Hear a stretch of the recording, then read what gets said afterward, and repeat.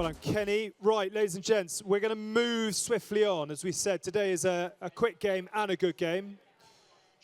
Can I invite you just to step to one side if you've got conversations to take place?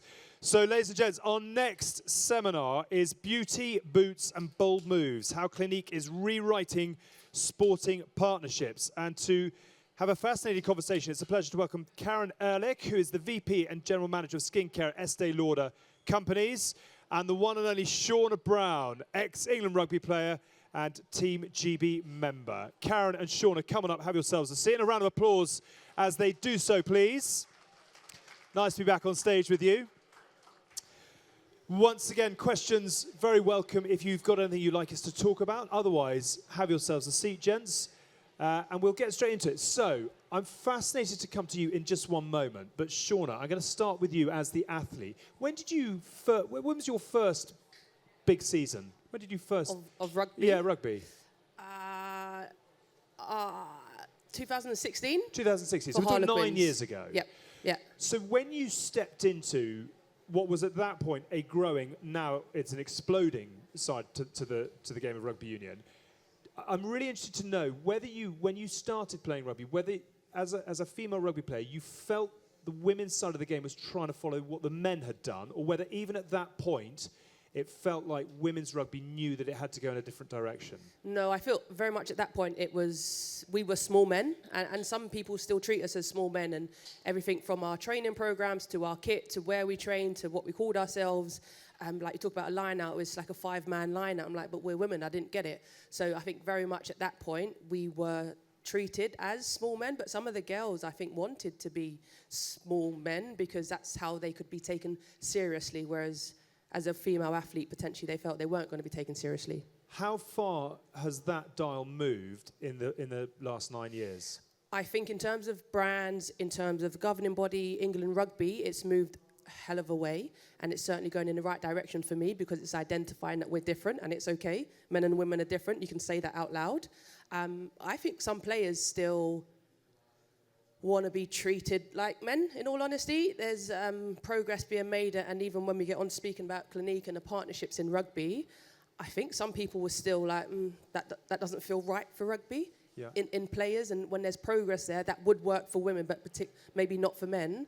I think some players are reluctant to have their own identity as a female player.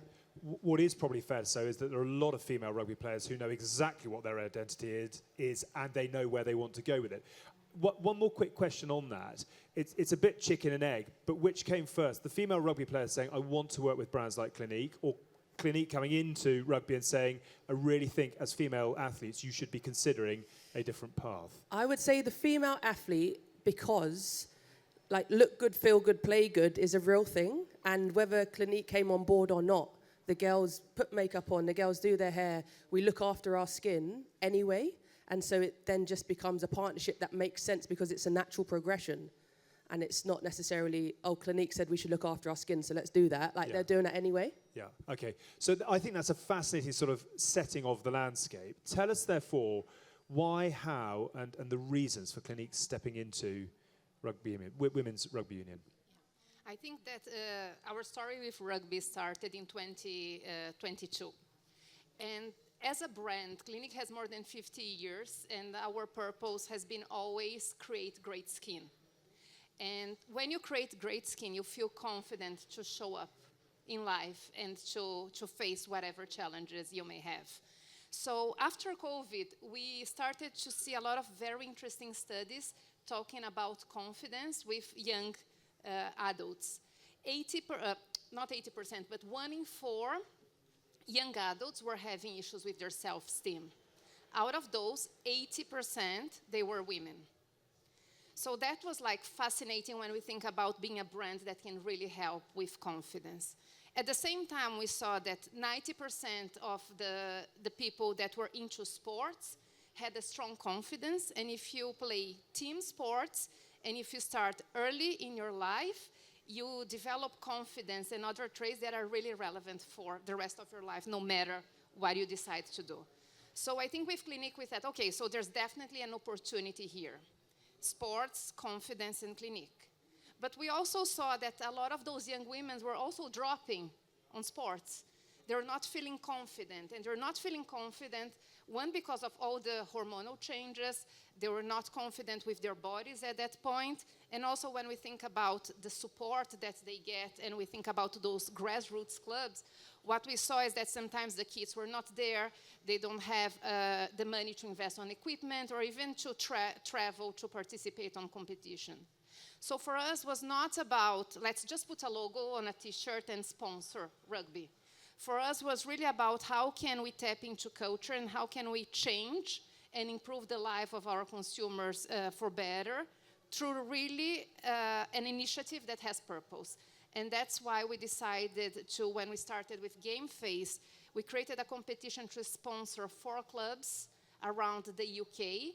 And on those grassroots clubs, we're really about giving them the packages to enable those young girls that are starting in sports to not drop it. So they had the packages to support them on a competition. They had all the education around the skin. And I mean, since year one, the response, we knew it was going to be good because the purpose was really there, but I think we are overwhelmingly surprised by the feedback that we got in terms of the impact that we're able to create with that community. And that is very interesting because Clinique is a brand that can walk into the penthouse anywhere they want, and yet it feels quite like you went in at the ground floor within women's rugby. Tell me why that was the chosen strategy and what you as a brand learned from starting there rather than title of the Six Nations or whatever it might be. I think we see today that the only way for you to cut through with your consumer and to build the confidence and the emotional connection is to be authentic. And we knew, and we see so many brands that just sponsor teams and just get into the sport just for the sake of it. And we knew that that was not going to work if we really wanted to create the impact with those communities. We know that community is huge in marketing right now, and it's the way you connect with consumers. So that's why we started that way, to really test the waters and understand if we're able to do an impact. So in year one, we also partnered with Holly Atherton, and it's amazing, not only because she's a great player, but also she has such a interesting story when it comes to her confidence, and she's so open, and she talks about when she was having breakouts, she was not like her best at the pitch, or she was avoiding interviews. And I think that also helped us to tell this story and to tell this narrative in a really engaging way, and really helped us to grow the partnership as we started. And it's that wonderful word authenticity again, which crops up time and time again. Do you remember your reaction when you heard that Clinique was stepping into the sport that you were playing and loving? I just like, oh, that's cool. Like it's one of those ones, it just makes sense. You don't think about it first, but then when you put it together, it's women playing rugby, women want to look good, you want to feel good. And so it's just right. And it is that authentic word. It is the bit where it's also not just makeup. So I'm not a big makeup wearer, but Clinique are not just makeup. It's about skincare. It's about general self-love, self-esteem, confidence, and everything that goes with that. And someone like me appreciating that some people do need a full face of makeup to play rugby. Like, I do find it wild, but like that's on them. And I remember one of the coaches saying to one of our line-out callers, like one of the main girls on the pitch, and she was literally, she came into training like she's having a down day, head down, and he went to her, go and put your war paint on and come back out ready to fight in war. And she did. She went off 20 minutes, put her makeup on, and then she come out, she's a new woman. And it's just like, number one, a male coach identifying that's what she needed in that moment. But to see the transformation, like it was wild. But if it's working, let's continue to make it work. And that's exactly the next question. How do you build on, or how did you build on your start within rugby? So we started with the competition. And on year two, we decided to amplify and go one step further.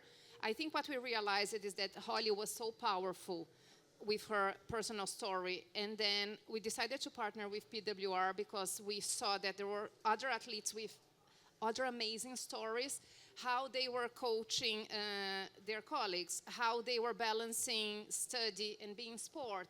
So those genuine challenges in life that can really impact your confidence.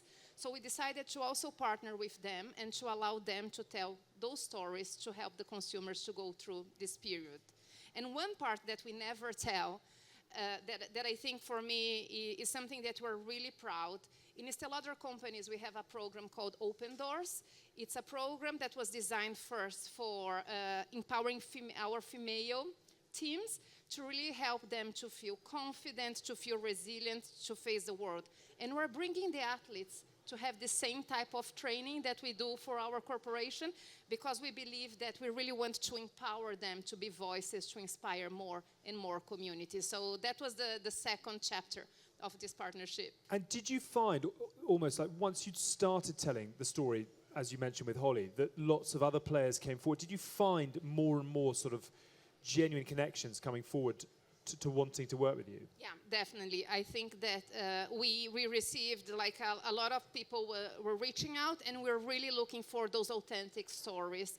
And it was great because there's a lot of stories there. They just need someone to help them being amplified and being told to really inspire everyone. So yeah, that was the amount of praise that we got was, yeah, really unexpected. And for me, with Clinique, it's one of those brands and one of those partners who within rugby that the girls engage with so much and they want to be part of it. And you have our financial services company, we've got Royal London heavily invests in rugby and women's rugby and the Lions tour. But it's still just not quite that brand. When people hear it, they go, oh, I want to go there. I want to go talk to them. But actually, Clinique, and Royal London's very important, of course. They're in the room. But Clinique is one of those everyday things that you're probably going to buy anyway. So it's just like, oh, like, I want to talk to you. Can I get some lip gloss? Can I get some face cream? Because we all need a bit of face cream in our lives. Male or female as well, right? And it's very emotional. And every time that you touch your consumer in an emotional way, the response that you get is incredible. Can I ask you how you've seen the narrative change from when Clinique entered, which was 3 or 4 years ago, to where it is now? I mean, there was a novelty attached to it, and there was a kind of, I want to go and find out more. And now it feels already embedded in type thing. Tell me about how you've seen that perception change. Yeah, it's more that piece about embracing who you are and what makes you tick as an individual. And yes, the team first mentality is a thing, but I would rather you put yourself first, you make yourself feel good, whatever that looks like for you, however you get your self-esteem and your confidence up to then be better for the team. And so if you're coming in and you've done your hair, you've done your makeup, you've got a particular pair of shorts on, socks, whatever your ritual is, it's about embracing what you need to be the best. And if that's makeup, you know what I mean? It's understanding that. And then the girls being more public about it and being okay. Like, if I told you the night before most England games, well, the day before, like, loads of them are going to the tan shops, getting fake tan, they're getting their eyelashes done, their eyebrows, because it's their time to shine. But if that's what it takes, then that's okay, because ultimately, we want, and now I am a fan, a spectator, I just want entertainment on the pitch, no matter what that looks like. So yeah, it's those girls embracing the publicity of being yourself in public, and then that works for brands as well. I think Gavin Henson was getting his tan done and his eyelashes done 20 years ago. I'm not sure you're all trailblazers. I reckon the boys do it too. I'm not surprised. Can I ask you retrospectively, I mean, it now feels a very natural fit, sport and beauty brands, but as someone who's grown up and watched 30 years of sport, it was an absence for a very, very long time. Why was it such a blockage for so long? I honestly think that people think that beauty and sports don't go hand in hand. They are two different things. Or you're into beauty or you are into sports. And I think that was the mentality for a lot of, during a lot of the last years, and even before women really explode in sport. I think for Clinique, we didn't think that way because we were not thinking about beauty and sport. We were thinking about how do we help our consumers to build confidence, how can we educate them and empower them to get there. So our way in was always from a confidence point of view. And when we think about the benefits that sports bring to anyone's lives, especially if you're young, I mean, there's so many studies and we could talk here for hours, but yeah, it was just no brain. And I'm so happy to see that right now there are so many more beauty brands that after Clinique started to join the movement, because that's what women need. So I feel really proud. And yeah, it's a shame that all those brands haven't realized it before. And when it works, it really, really works. Ilona Maher, who is not just the most female, I mean, she is the most followed rugby player, full stop, anywhere in the world, which is remarkable. When you look at what she has achieved with brilliance on the pitch, but the way that she carries herself off it as well and the stories that she tells, are you seeing more and more of that kind of thing coming through in the women's game? Yeah, and Alona will say it herself, as much as, you know, she's got 5 million plus followers on everything and everybody knows her, but she's personally doing it so she can make a living because, you know, there's still not the money playing rugby yet. But she wants other people to do it. She doesn't want to be the only one. She says that constantly. And she's so raw and honest. And I often wonder how many times she's had to push back against people who would say, oh, you're doing too much or you're too distracted or you have a bad game and that's the fault of your social media posting. And I wonder how many tough times she has to go through. But my favourite thing about her is that she is doing it for the good of other people and the good of the game. And as much as when she came to Bristol Bears and they had to change stadiums because so many people want to come and see her. But her thing, she would always say, once I leave and I go back to the USA, I need you to keep coming to watch Bristol Bears. I need you to keep watching women's rugby. And for me, that's the strongest, most powerful piece about her. She's partly doing it for herself, you know, to make a living.